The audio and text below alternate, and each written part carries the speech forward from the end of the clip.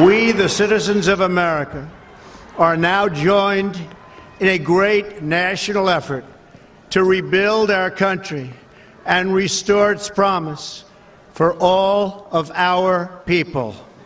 Because today, we are not merely transferring power from one administration to another or from one party to another, but we are transferring power from Washington, D.C., and giving it back to you, the people.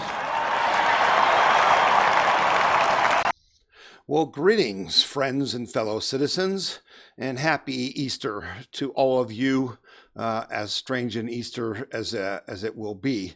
We are certainly trying to adjust to the fact that normally we would have at least 20 people at our house for Easter dinner, and that's not going to happen this year. And I know that's throwing a lot of you off and making you feel uncomfortable.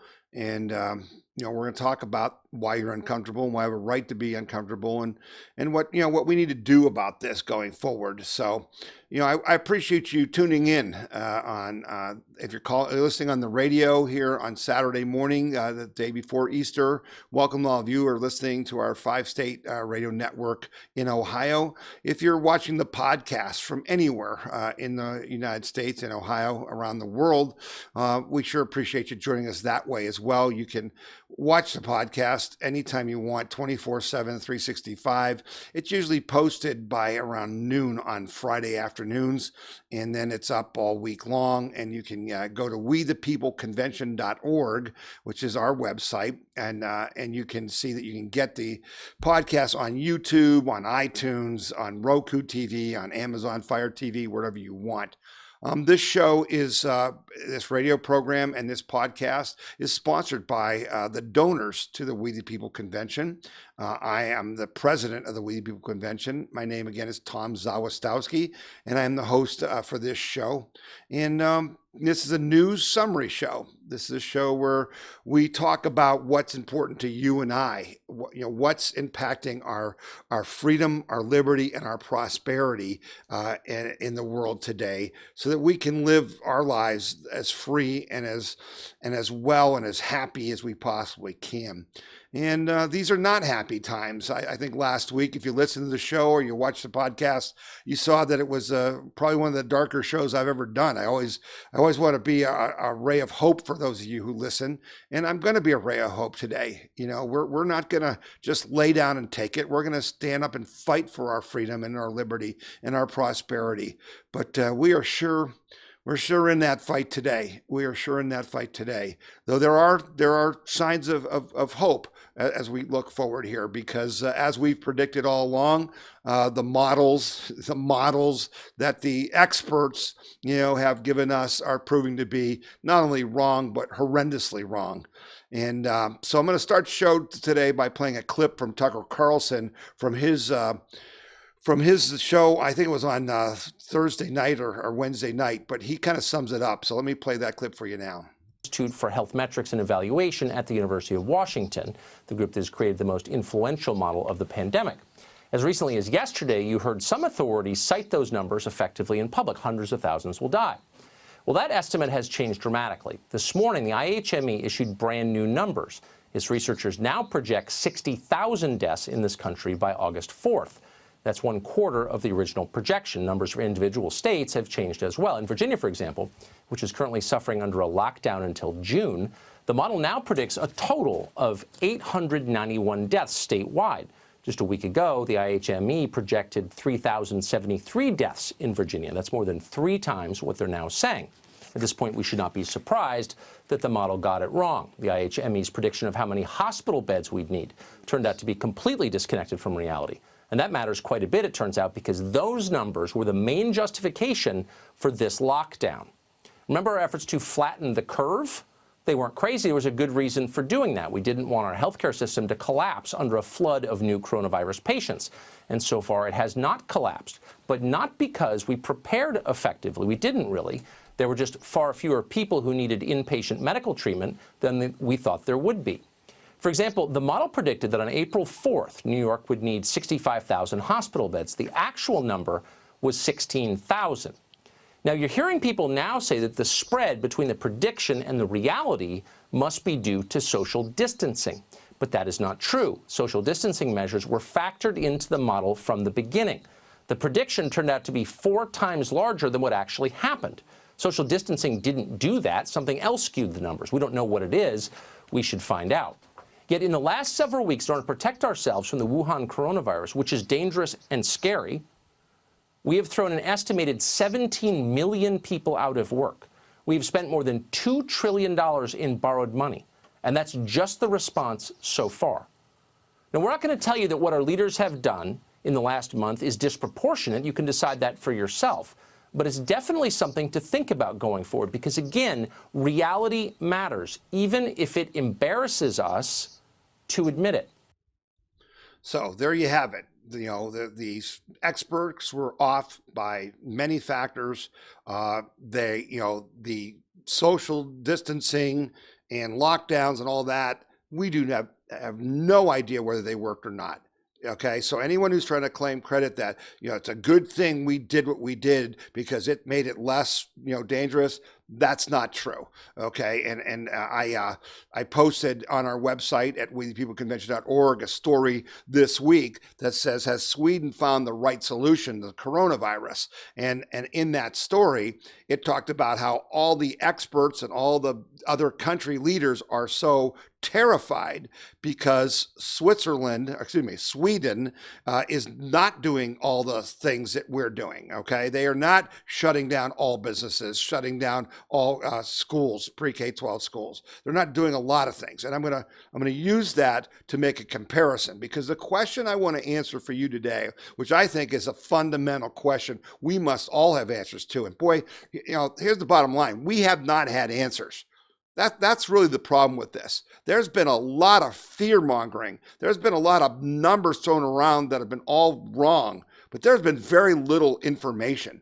And we're going to get some information today because we're going to talk about how many lives have we saved, right? Because it's all about saving lives, right? How many lives have we saved and how much does it cost and who pays for that? Now, I talked to you about Sweden. And I said that they did not do all the things that we did in Ohio. So on the screen, if you're watching the podcast, I've put up a chart. And this chart was in an email that went out on Thursday of this week that has that same title. How many lives are we saving and at what cost? And on this chart, for those of you on the radio, I just want to explain that Ohio has a population of about 11.6 million. And Sweden has a population of about 10.1 million. So we're pretty similar in size. We both have big cities. Stockholm's 1 million people. They've both got rural areas and things of that nature. But the difference between Ohio and Sweden, so that we can come up with a comparison, is that Sweden did the social distancing, the crowd restrictions. They are allowed in groups of 50. We're down, I think, 2 in Ohio. They closed colleges, but they did not close their preschools. They did not close their restaurants and bars. They did not close non-essential businesses. They did not issue a stay-at-home order, and they did not offer put in place travel restrictions, even from foreign countries. Okay? Now, so that's the difference. And so here they are, they aren't doing all those things. We are in Ohio. So how's it played out so far? Well, in Sweden, they have 8,522 people who've been diagnosed with the coronavirus, and we have 4,782. And this is as of Thursday, the 8th. Okay. Now, that's a difference of 3,740 more people in Sweden have been diagnosed with the disease. That makes some sense. So then you look at the deaths. The deaths in Sweden have been 662, and the deaths in Ohio have been 193. That's a difference of 465 people. I think you can then say that the efforts of 11 million Ohioans that we have made for the last month has probably saved the lives of at least 465 people. That's not a bad thing, is it? That's a good thing, right? But the question is it worth the cost? And more importantly, what is the cost? So I did a story, that basically said,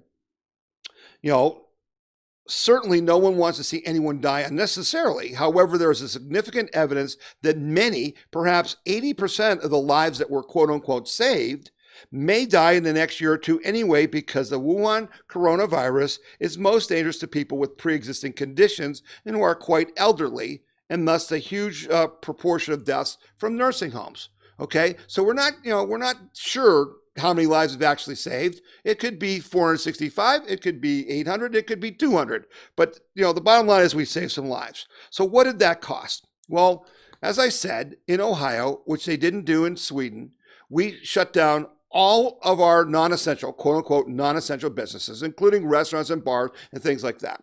So to figure out what it cost to save these lives, you could use a formula that says, all right, the gross domestic product, the total value of all business in Ohio in a year is about $700 billion. It is projected that the businesses that are closed in Ohio are at least 50% of the businesses. It's at least 50%. So that means that half of the GDP of Ohio is now been shut down. And so that would be $350 billion over the year. Now, these businesses haven't been shut down for a year. They've only been shut down for a month. But in that month, the businesses that we shut down lost $29 billion. $29 billion taken from small business owners by force of government. Okay? Then that doesn't even count the fact that about 21% of Ohio's 5,800,000 workers, 20 to 30%, have lost their jobs that we know of, right? That we know of. And those people have lost $6.5 billion in money they would have got in wages. So we have $29 billion from the businesses that they lost as far as income, and then $6.5 billion from wages. That means, folks, that it's costing $35 billion for just 1 month to fight this coronavirus fight. Well, what does that mean? Well, let me put it to you this way. It means that for every single person, if we saved 465 people in Ohio last month, it cost $71 million per person. $71 million per person. And while every life is precious, right? We hear that all the time. And if we save just one life, it's worth it, right? But is it worth $71 million of your money? Or perhaps it's okay if someone else foots the bill and you can just pretend, to be virtuous without costing you a dime, right? Right? Isn't that what a lot of people are doing? So let me be clear about something that no one's talking about. This cost of saving lives in Ohio and the rest of the country has not been shared equally. It's not shared among everyone. While the majority of Ohio citizens were forced to comply with the government rules, all state, local, and federal government employees are under full pay. It didn't cost them anything. All teachers and education staff are getting full pay. It didn't cost them anything. If you're on Social Security, if you're on a pension and Social Security, your monthly money's guaranteed. It didn't cost you a dime, right? So maybe that's why you guys think it's okay to shut down everything, right? Because maybe you didn't have any skin in the game. And that's why you've heard me talk so passionately in previous shows about business and how wrong this is that we've done. The entire cost of this madness has been put unfairly on Ohio's working class and their private sector business owners. Nobody's explained that to you, have they? I don't even think DeWine or any of the governors, I don't even think President Trump have even bothered to do these calculations. And if you think it's fine, oh yeah, any number is right, $71 million a life, well then why don't we save all 120,000 people who die in Ohio each year, right? All 120,000 people, that people who commit suicide. If we gave them $71 million, maybe they wouldn't commit suicide, right? The people who die from alcoholism, yeah? Or opioid abuse. Maybe if we gave them $71 million, they wouldn't die from that, right? Yeah, because right, the cost is insignificant, right? Yeah, but if we spent $71 million for all 120,000 people who die in Ohio every year from whatever causes, yeah, that would cost us about $9.7 trillion when we have a total earnings power in Ohio of $700 billion. Do you understand how nuts this is? Do you understand how wrong this is? It should frighten you, and we should be ashamed. We should be ashamed. I hope there are class action lawsuits against the government, against mayors, by these businesses who have been wronged. This is an embarrassment. You should all be embarrassed that we use the force of government to steal $29 billion from 200,000 Ohio business owners with no justification, as Tucker Carlson just pointed out in his video, just because we were lied to and we were panicked. And so we've got some work to do. But I wanted you to know that all of you staying locked down has saved 495 lives in Ohio. Tell me if you think that was worth it. Tell me if you think it's worth all the like I said, deaths from suicide, the deaths from drug abuse, all that kind of stuff. So there's also concerns about civil unrest. And Laura Ingraham interviewed AG Bill Barr, and he had some things to say about that because he's worried about it. The concern when you hear Dr. Fauci say, well, we probably can't go back to normal life until a vaccine, which would be like 12 months, 18 months, that if things don't open up pretty soon, over some gradual reopening with new protocols, all that, there's a concern about social unrest. You're seeing a lot of stores boarded up in San Francisco, Chicago, Detroit, St. Louis. And you're seeing more of that. Small businesses affected, especially by theft and other criminal activity. How concerned are you about the social and unrest and criminal activity in an ongoing shutdown? I mean, I think if we extend a full shutdown, that's a real threat in some of our communities. But I don't think it's limited to that. I think the president's absolutely right. We cannot keep for a long period of time our economy shut down. Just on the public health thing, it means less cancer. Cancer researchers are at home. A lot of the disease researchers who will save lives in the future, that's being held in abeyance. The money that goes into these institutions, whether from philanthropic sources or government sources, is going to be reduced. We will have a weaker healthcare system if we go into a deep depression. So just measured in lives, the cure cannot be worse than the disease. But when you think of everything else, generations of families who have built up businesses for generations in this country, and recent immigrants who have built up businesses, snuffed out, small businesses that may not be able to come back if this goes on too long. So we have to find, after the 30-day period, we have to find a way of allowing businesses to adapt to the situation and figure out how they can best get started. Okay. Governor DeWine took your business, took your job, took your life, took your liberty, literally based on a guesstimate, literally based on his health director believing phony data, and they still won't wake up. They still won't wake up. After Tucker Carlson just showed you, they have reduced all of the predictions. We were, remember, 2 weeks ago, we were talking 2 million dead. Then it was down to 100 to 200,000. Then it was down to 83. Today it's at 60. But Governor DeWine will not accept this, despite the fact that the data now is coming in. See, now we're actually dealing with some facts. There are now enough. We've done over, it's like 2 million tests, in the United States. We are now getting data that's real, and that's why these models are being adjusted. And Mike DeWine refuses to believe them. And this is frightening. He sent out a tweet earlier this week that says, I don't think this is our peak week. I think our peak will be further out. But what we are doing today is contributing to controlling the surge. Don't give up. Our ability to control the storm is in our hands. Okay? He keeps talking about May. There is no data showing the peak is going to be in May. Zero data.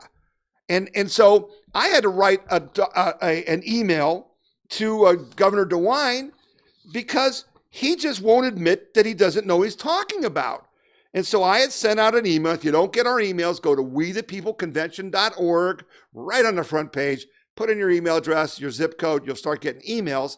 I had put out this email and said that, we're going to prove that Dr. Acton and Mike DeWine don't know what they're talking about. So first, they said that the peak would be on May 15th. All the models show that Ohio peaked this week before Easter. Okay, Ohio has 14,290 hospital beds. Okay, and as of this week, we were only using 1,012 of them. Right, and they kept saying you're going to overflow the hospitals. Ohio has 1,238 ICU beds, and we were only using 262 of them. Only 233 patients will need ventilators in Ohio when Dr. Acton is talking about thousands of them. And while she breathlessly claims our hospitals will be overrun, there was a video out this week of people going to Ohio hospitals and they're empty. There's nobody there. Literally, and this is happening all over the country.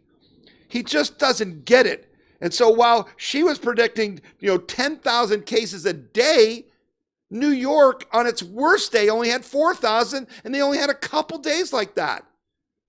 And yet, he won't wake up because he's just crazed with power. And it's going to be up to you and I, the citizens, to stop believing the fear-mongering, quit watching his stupid TV show, and wake up and understand this is a flu, like a bunch of other flus. And we can get over it. And what we need to do is create herd immunity and not be locked up in our houses, but get outside in the air. And DeWine's not doing that. He's doubling and tripling down. Well, as A.G. Barr said, if we don't do this quick, if we aren't going by May 1st, if we aren't going back to work, he's worried about social unrest. I have a message for Governor DeWine. If President Trump says it's okay to go back to work and you try to tell us that it's not, you're going to see at least civil disobedience and maybe a lot more. Maybe a lot more. Because what you're doing is wrong on every level. You have no concept of what you've done to hurt people. And we're going to talk about that a little more.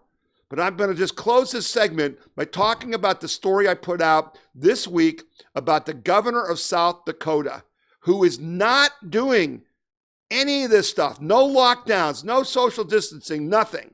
Her name is Governor Noem. And she's getting all kinds of pressure to shut down, and she won't do it.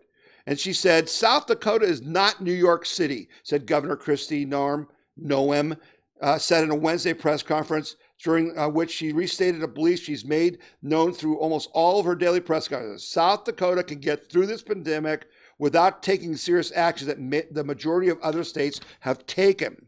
The calls to apply for a one-size-fits-all approach to this problem is herd mentality, Noem said during the press conference. It's not leadership.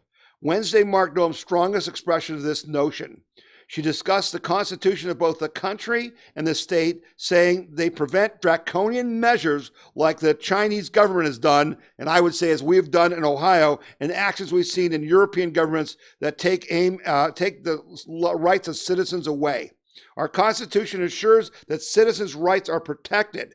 I agree with the role of our government as set forth in our state and national constitutions. People are primarily responsible for their own safety, she said. In that vein, while Noem has urged the importance of social distancing and hygiene, she also made it clear that she asked South Dakotans to follow these guidelines, telling them the people themselves are primarily responsible for their safety. They are the ones that are entrusted with expansive freedoms. They are free to exercise their rights to work, to worship, and to play, or even to stay at home or to conduct social distancing. She said our sense of personal responsibility, our resiliency, and our already sparse population density put us in a great position, she said, to manage the spread of this virus without the need to resort to some of the measures that we've seen in some of these major cities, major coastal cities in other countries. And she basically said, stop. What South Dakotans should do, she said, is stay the course, adjust as needed, and stop watching the national news. It is important not to turn on the news and look at New York City and think that's what Lemon, South Dakota is going to face in a month. It's absolutely not true. That's leadership. That's the kind of governor our founders gave us, not Mike DeWine, not these other Republicans who are tyrants, who have taken our rights, who are imposing their will on the people without even talking to their legislators or anyone. Governor Noem is the example, and Mike DeWine is the embarrassment. We're going to take a break, and then we're going to come back. You're listening to the We the People Convention News and Opinion radio show and podcast, and my name is Tom Zawistowski. Asmerick, president of Liberty Camp for Kids in Portage County, Ohio.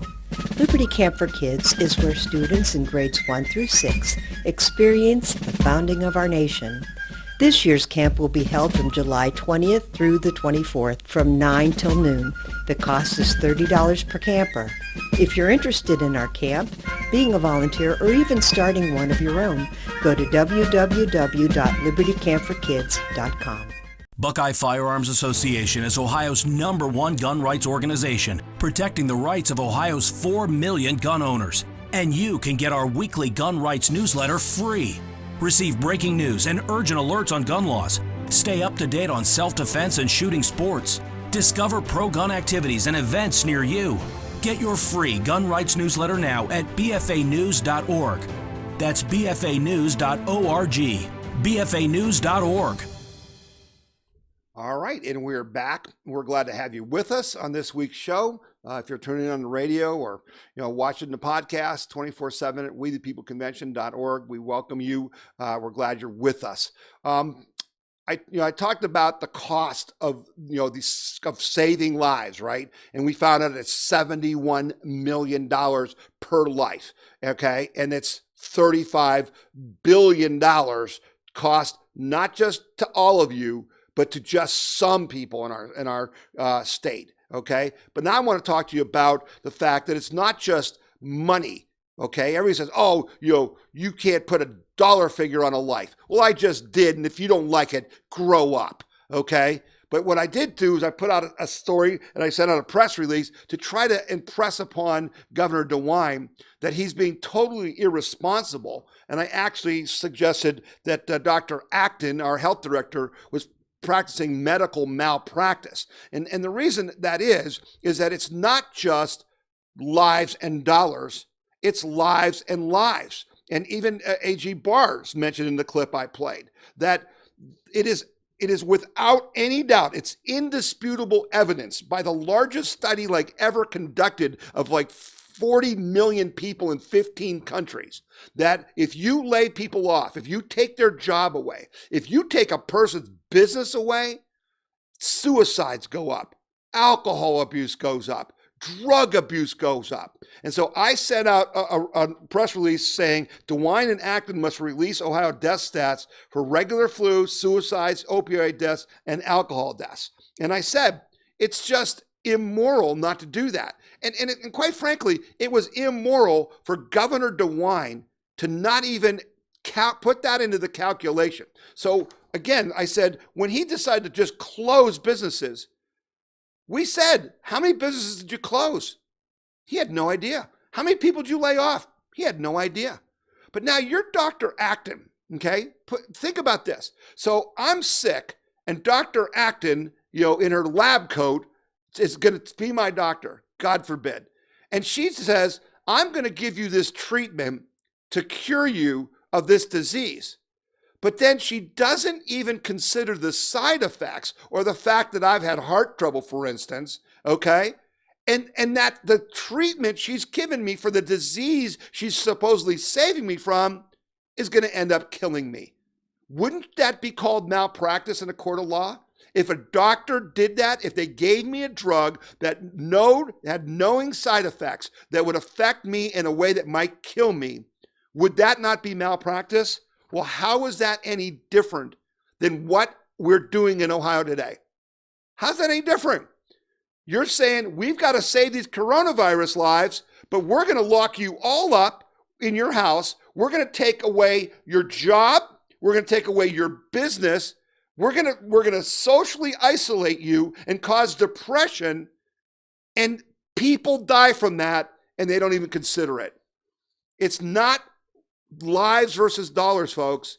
It's lives versus dollars and lives and more lives. And I guarantee you, now we don't have the data because Governor DeWine won't put that out, right? So we are filing a FOIA request to get the Ohio Department of Health to give us that data, because I'll promise you that in the month of March, more people died from drug abuse, suicide, alcoholism than died from the coronavirus. And I'll bet you all three of those categories each had more people die. We're killing people both economically, socially, and physically. It's horrible. And so then what do we do now? Governor DeWine decides that they're going to create a commission, all right? I've got it right here. I've got the list of the commission people right here, okay? That he sent out, that he's going to appoint an advisory board that's got people from, the Cleveland Clinic, the Cleveland Indians, Cincinnati Financial Corporation, the Federal Reserve Bank of Cleveland, Schmucker's Company, Procter & Gamble out of Cincinnati, right? So let me get this straight.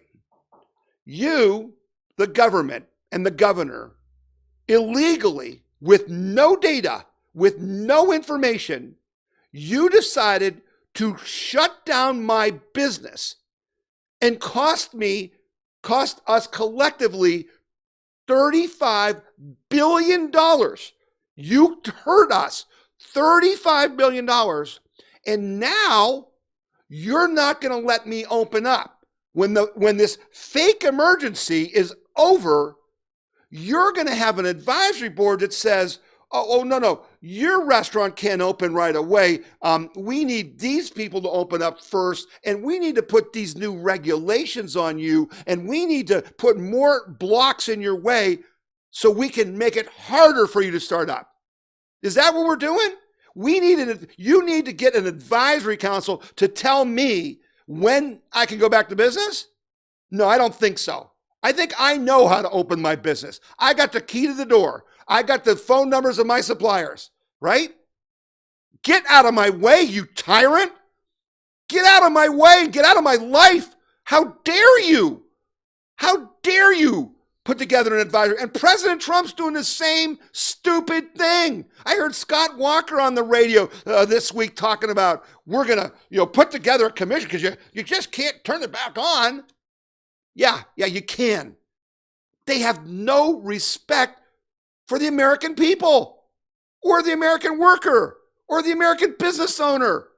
They think they're better than us, but they just proved they're dumber than us. The arrogance. How dare they? And so now we're afraid of what? We're afraid of the civil liberties that these people have taken from us not coming back to us. I spent a lot of time on the phone this week talking to lawyers, talking to Judicial Watch, talking to the ACLJ, talking to lawyers in Ohio, and saying, are you kidding me? An unelected bureaucrat who's our health director, with just a swipe of her pen, can take away all of our constitutional rights and we can't do anything about it? That's frightening, folks. Here's what AG Bill Barr had to say about that. Right now, we have no freedom of worship, public worship to gather. We have no real freedom of assembly, not even freedom of movement, given what some of the states are doing. What can you tell our viewers tonight about what the Justice Department will do after this limited period to ensure that our civil liberties are balanced properly against the need to protect the public? Well, Generally speaking, there are occasions where liberties have to be restricted during certain emergencies, such as war, or in this case, a potentially devastating pandemic. But they have to be balanced. Whatever steps you take have to be balanced against the civil liberties of the American people, and it cannot be used as an excuse for broad deprivations of liberty. As things proceed, we're going to be interested in both what the federal government is imposing and also making sure that that's justified, but also what the states do. The states have very broad, as you know, what we call police powers. They have very broad powers that the federal government doesn't have to regulate the lives of their citizens, as long as they don't violate the Constitution. So we'll be keeping a careful.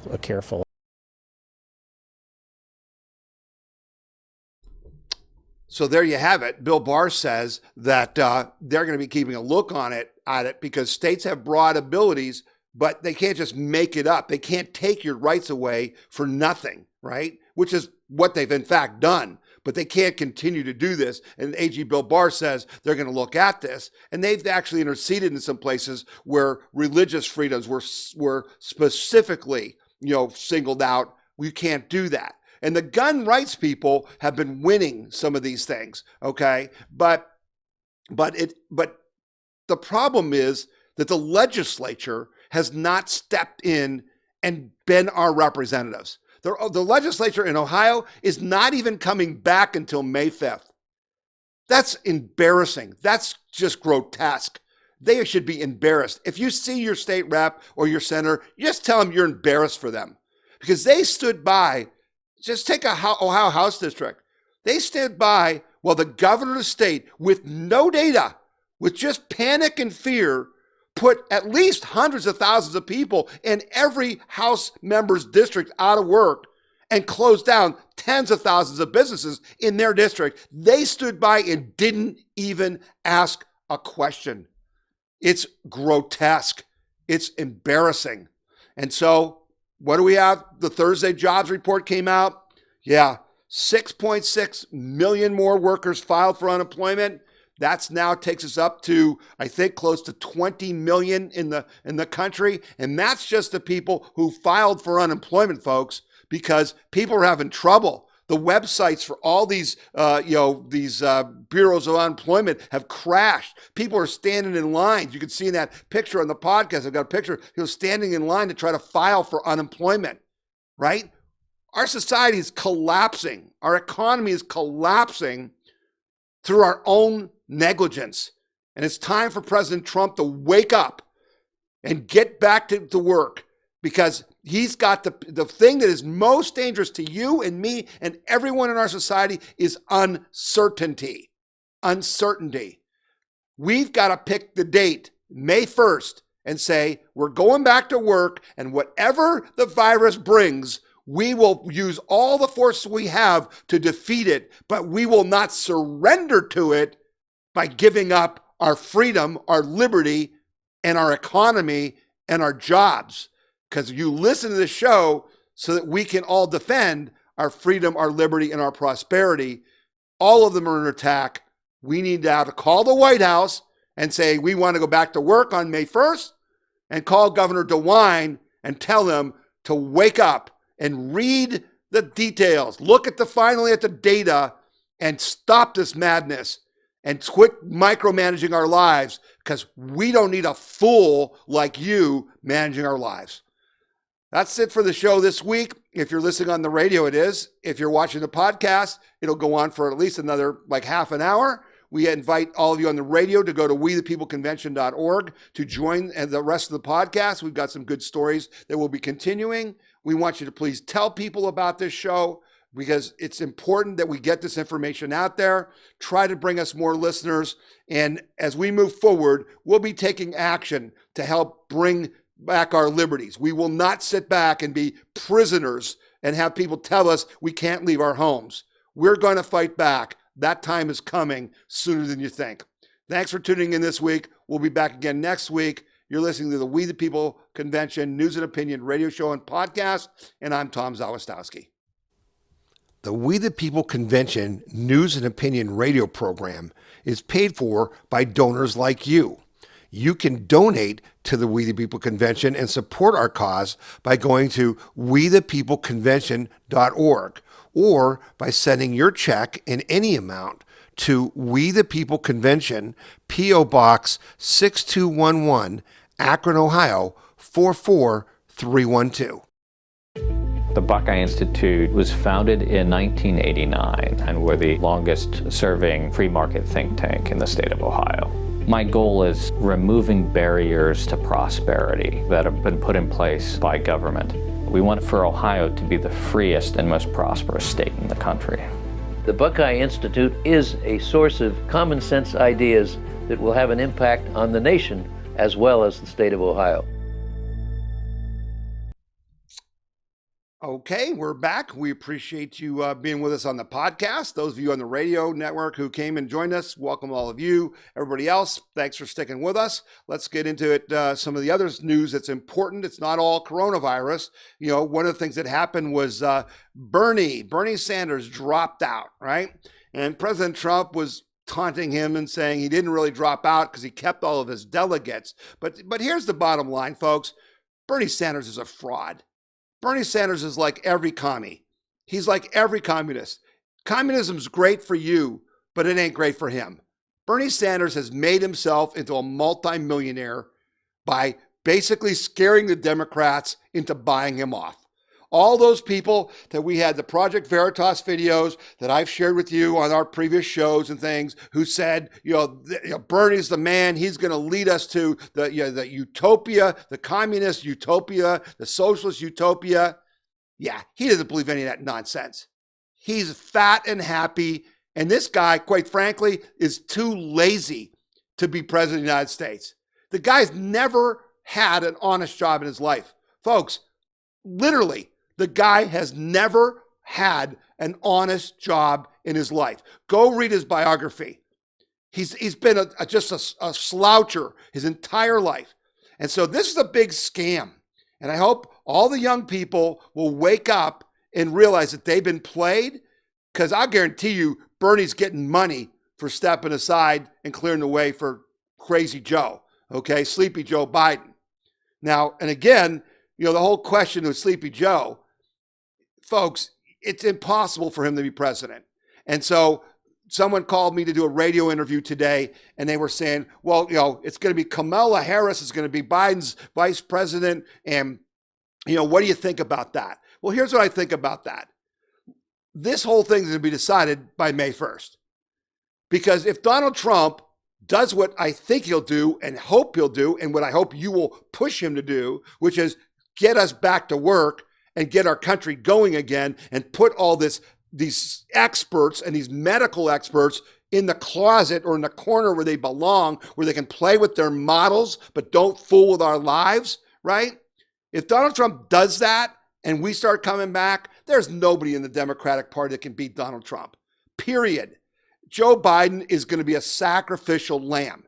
And picking Kamala Harris is absolutely hilarious to me, because Kamala Harris couldn't draw flies among the Democratic Party to her campaign. And you think she's going to draw people from the Midwest? You think she's going to broaden Joe Biden's likability? She's a total commie from California, and she's a phony and a liar. Okay, she doesn't bring anything. So this is the sacrificial lambs. Now, what they're hoping is, Nancy Pelosi's hoping that we can keep us from going back to work. They're going to give you all the bailouts. Man, they'll pay you whatever it takes for you to stay home. Because what is that? That's socialism, right? Staying home and getting paid more than you're working. You get paid when you're working? Yeah, that's a socialist utopia. Except as Margaret Thatcher said many years ago, socialism is great until you run out of other people's money, right? And I guess we could carry that off and say saving lives from coronavirus is great until you run out of other people's money that you stole from business owners and middle-class workers, right? So here's the bottom line. Forget about Bernie Sanders, forget about Joe Biden, their convention, forget about Cuomo coming into the fight. This is a foregone conclusion. It's a binary choice. Here's a choice. Either the Democrats succeed in destroying our nation by convincing Trump and other people to go along with keeping us shut down and spending money we don't have to bankrupt us and put us in a depression, or Donald Trump wins. Okay? Or Donald Trump wins. Now, Donald Trump got himself into a little bit of a problem, and he actually made me very angry, and I hope he would make you very angry, because he was all upset because the governor of Wisconsin, their primary is supposed to be this week, and the governor of Wisconsin, who's a Democrat, tried to pull the same stunt that Mike DeWine pulled on us. And he even said that he was consulting with Mike DeWine on how to cancel the election the day before. Yeah, way to go, Mike DeWine. Your badge of honor. Yeah, but if I had the time, I wanted to get the Trump video from his press conference where he went nuts on the Wisconsin governor. He called him every name he could by saying that he shouldn't stop in-person voting, even with the coronavirus. And the Supreme Court ruled that the governor couldn't stop the election. Yeah. How did the Supreme Court rule in Ohio? Yeah. The Supreme Court let our governor illegally, by his own admission, stop our election. And so what did Trump do? He went berserk about mail-in voting, absentee voting. Donald Trump said absentee voting is only a way to cheat, that people sit in a room and they fill out all these ballots that are absentee and they send them in. Yeah, Governor DeWine, what are we doing in Ohio on April 28th? We have no in-person voting. We've got mail-in ballots. That's all we've got. And the turnout's going to be horrific, Governor DeWine. You took our right to vote away illegally. And Donald Trump is calling the guy in Wisconsin all kinds of names, but he didn't call Governor DeWine a name. But I'll call Governor DeWine a name. Despicable. That's the name I'll call Governor DeWine. Your actions are despicable. I want to do a follow-up on something that's very important, and that is I asked you last week to save our local businesses. If you do eventually get your bailout check, and you are a state employee, a local, state, or federal employee, if you are a senior citizen on Social Security, or if you have a pension, okay, and you can donate that money to a local business, please do that. What I want to say to you business owners who listen to the show, and I know a lot of you do because you've been writing to me and you've been thanking me for being the only person speaking for you, and I think I spoke pretty loud and clear today, didn't I, about what has been done to you and how wrong that is, okay? But I want you to know that I did go through myself for our company. I did go through the Small Business Administration program, the Paycheck Protection Program.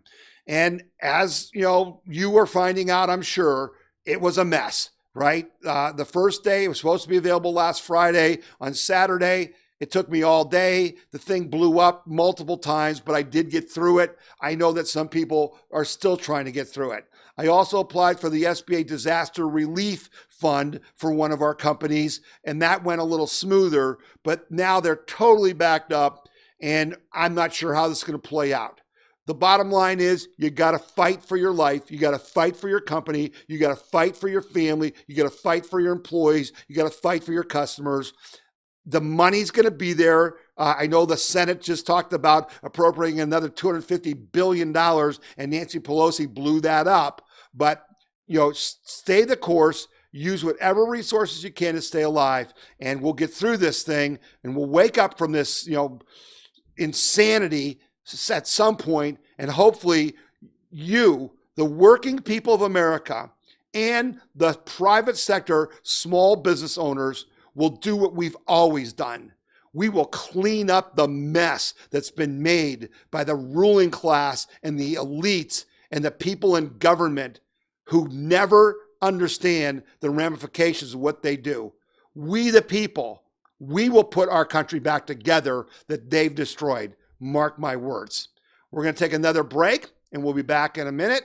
You're listening to the We the People Convention, news and opinion radio show and podcast, and I am Tom Zawistowski. This is Jordan Sekula with the American Center for Law and Justice. At the ACLJ, we are committed to fighting the deep state and protecting freedom, the right to life, religious liberty, and fighting for the Constitution. The ACLJ has experienced tremendous success in litigating cases at all levels of the judiciary, from the federal district court level to the Supreme Court of the United States. We have offices in Washington, D.C., Jerusalem, and all around the world. You can find out more about the ACLJ and join us by visiting aclj.org.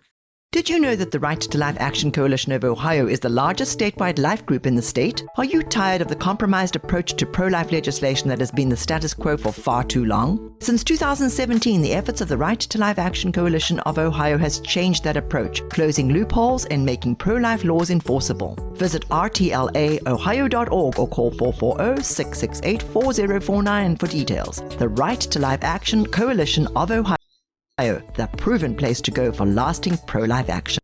All right, we've got one last segment here of the show, and I don't have a whole lot to talk about. The one topic I want to just wrap this up with is the whole issue of the WHO and the role that China had in this coronavirus mess, and the fact that the World Health Organization is running cover for them.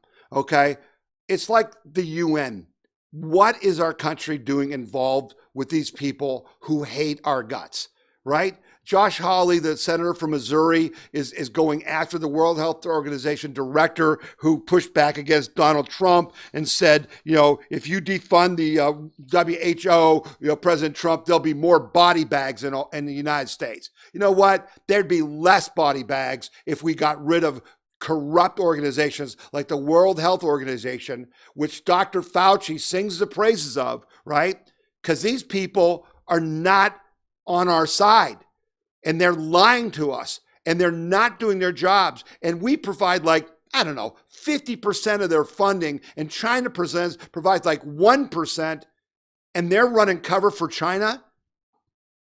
As I said to you last week, and I've said to you in prior shows, ladies and gentlemen, we are at war with the Chinese. Their goal is world domination. We are showing them incredible weakness in our country. Incredible weakness. Weakness mostly of leadership. The American people aren't weak. Our leadership is weak. Our elite class is weak. And so they're looking at us and they're looking for opportunities to destroy us. We need to show strength, and President Trump does that when he says things like, we're going to defund the World Health Organization. And all the lefties who are also communists in the media and in the Democratic Socialist Party, and they all go, oh my goodness, you can't do that, you can't do that. That's exactly what we want you to do, President Trump. That's exactly what we want you to do. Get us out of any of these organizations and defund our enemies. Quit giving money to fund our enemies. If we could just do that, we'd be so much better off. It's unbelievable. All right, so that wraps it up for this week. I want you to remember that we need to tell people about the podcast and the radio show. I want you to send me comments at info@wethepeopleconvention.org. That's very important to me. It's really, I answer the questions. It keeps me balanced. It keeps my feet on the ground. I don't know everything. I'm not a genius. I'm not an expert. I've got some communication skills. I've got some common sense. I've got, a decent education. I've been in business my whole life. I try to do the best I can, but it's your show. You make me better. When you send me stories, when you question what I do, when you call into, my attention something that I did wrong or I might have miscalculated, I want that. I need that. We're in this together. I want to win. I don't want to, fill my ego. I don't need to do this. I'm doing this because we need to protect and defend our personal freedom and our liberty and our prosperity. And this is the best way to do it. So be sure to tell your friends that you listen to the We the People Convention news and opinion radio show and podcast each week. And we'll be back again next week. My name is Tom Zawistowski.